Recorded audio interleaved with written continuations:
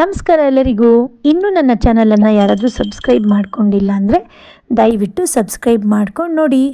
ಇವತ್ತು ನಾನು ನನ್ನ ಚಾನಲಲ್ಲಿ ನಿಮ್ಮೊಟ್ಟಿಗೆ ಒಂದು ಸ್ಪೆಷಲ್ ಆಗಿರುವಂಥ ರೆಸಿಪಿ, ಕರ್ನಾಟಕದ ಸ್ಪೆಷಲ್ ಮತ್ತು ಹೆಲ್ದಿ ಆಗಿರೋವಂಥ ನುಚ್ಚಿನುಂಡೆ ರೆಸಿಪಿನ ನಾನು ನಿಮ್ಮೊಟ್ಟಿಗೆ ಶೇರ್ ಮಾಡ್ತಾಯಿದ್ದೀನಿ.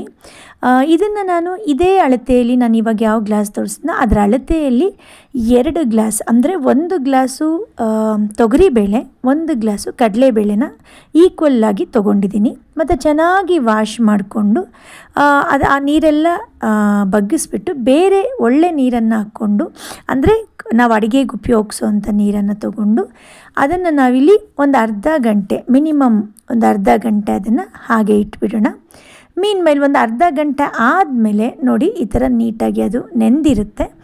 ಸೊ ಇದನ್ನು ನೀವು ಇವಾಗ ಚೆನ್ನಾಗಿ ನಾವು ನುಣ್ಣಗೆ, ಅಂದರೆ ತೀರ ಪೇಸ್ಟ್ ಥರ ಬೇಡ, ಸ್ವಲ್ಪ ತರಿಯಾಗಿ ಈ ಆಂವಡೆಗೆ ರುಬ್ಕೋತೀವಲ್ವ ಅದಕ್ಕಿಂತ ಇನ್ನೊಂದು ರೌಂಡು ಹೆಚ್ಚಾಗಿ ರುಬ್ಕೊಂಡ್ರೆ ಆಯಿತು. ಆ ನೀರನ್ನೆಲ್ಲ ತೆಗೆದುಬೇಡಿ, ನೀರೇನು ಹಾಕ್ಕೋಬೇಡಿ, ಆದಷ್ಟು ಹಾಗೆ ರುಬ್ಕೊಂಡ್ರೆ ಚೆನ್ನಾಗಿರುತ್ತೆ. ಯಾಕೆಂದರೆ ಇದು ನೀರಿದ್ದರೆ ಮತ್ತು ನಾವು ಉಂಡೆ ಕಟ್ಟೋದಕ್ಕೆ ಸ್ವಲ್ಪ ಅದು ಪ್ರಮಾಣ ಸರಿ ಹೋಗೋದಿಲ್ಲ.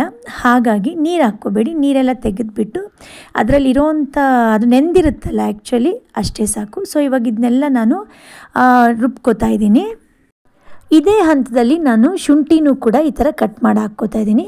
ಆ್ಯಕ್ಚುಲಿ ಇವಾಗಲೇ ನಾವು ಮೆಣಸಿನ್ಕಾಯಿ ಕೂಡ ಸೇರಿಸ್ಕೊಂಬಿಡ್ಬೋದು.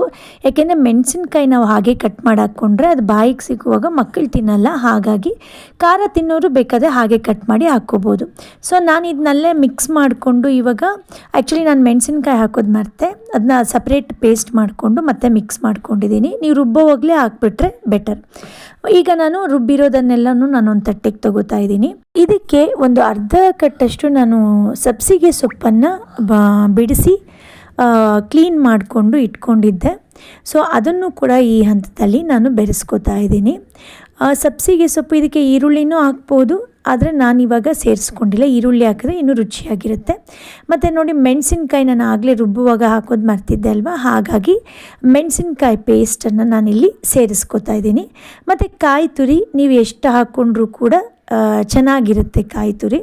ಸೊ ನಾನಲ್ಲಿ ಜಾಸ್ತಿ ಪ್ರಮಾಣದಲ್ಲೇ ಕಾಯಿ ತುರಿ ಹಾಕ್ಕೋತಾ ಇದ್ದೀನಿ.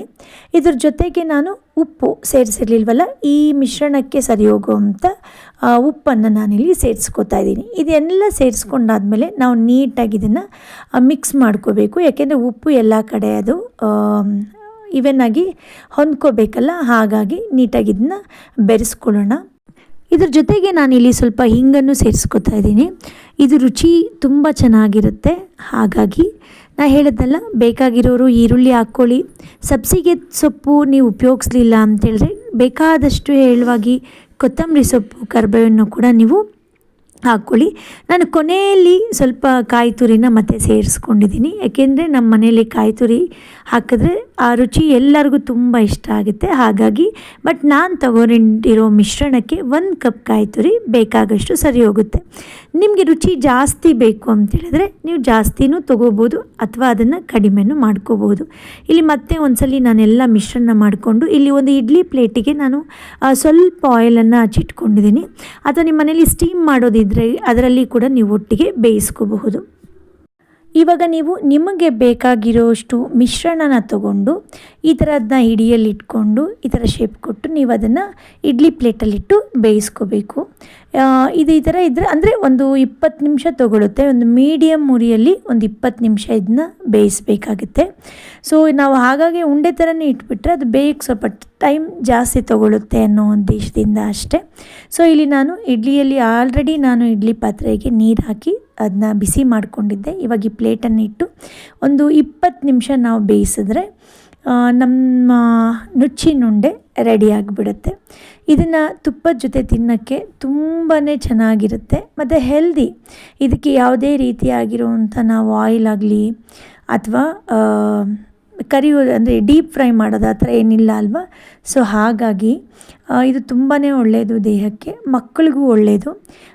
ಹೇರಳವಾಗಿ ತುಪ್ಪ ಹಾಕಿ ತುಪ್ಪದ ಜೊತೆ ಸರ್ವ್ ಮಾಡಿ ತುಂಬಾ ಚೆನ್ನಾಗಿರುತ್ತೆ. ನಾವೆಷ್ಟೇ ಮಾಡ್ರನ್ ಅಡುಗೆಗಳನ್ನು ತಿಂದರೂ ಕೂಡ ನಮ್ಮ ಮಕ್ಕಳಿಗೆ ನಮ್ಮದೇ ಆದಂಥ ಟ್ರೆಡಿಷ್ನಲ್ ಅಡುಗೆಗಳನ್ನು ನಾವು ಪರ್ಚೇಸ್ಬೇಕು. ಬಿಕಾಸ್ ಅದು ನಿಜವಾಗ್ಲೂ ಹೆಲ್ದಿಯಾಗಿರುತ್ತೆ. ಅಲ್ವಾ, ತುಂಬಾ ರುಚಿಯಾಗಿರುತ್ತೆ. ನೀವು ಒಂದ್ಸಲ ಟ್ರೈ ಮಾಡಿ. ಬಟ್ ಇದನ್ನ ತುಪ್ಪದ ಜೊತೆ ತಿಂದ್ರೇ ಅದರ ಟೇಸ್ಟ್, ನೀವು ಎಷ್ಟು ತುಪ್ಪ ಹಾಕ್ಕೋತೀರೋ ಅದರ ಟೇಸ್ಟ್ ಅಷ್ಟು ಜಾಸ್ತಿ ಆಗುತ್ತೆ. ಮತ್ತು ಬಿಸಿ ಬಿಸಿಯಾಗಿ ತಿನ್ನಬೇಕು. ಖಂಡಿತ ನೀವು ಒಂದ್ಸಲ ಟ್ರೈ ಮಾಡ್ತೀರಾ ಅಲ್ವಾ. ನನ್ನ ವಿಡಿಯೋಸ್ ನಿಮಗೆ ಇಷ್ಟ ಆಗಿದರೆ ಲೈಕ್ ಮಾಡಿ, ಶೇರ್ ಮಾಡಿ, ಸಬ್ಸ್ಕ್ರೈಬ್ ಮಾಡಿ. See you in my next vlog. Till then, take care. Bye bye. Thank you for watching.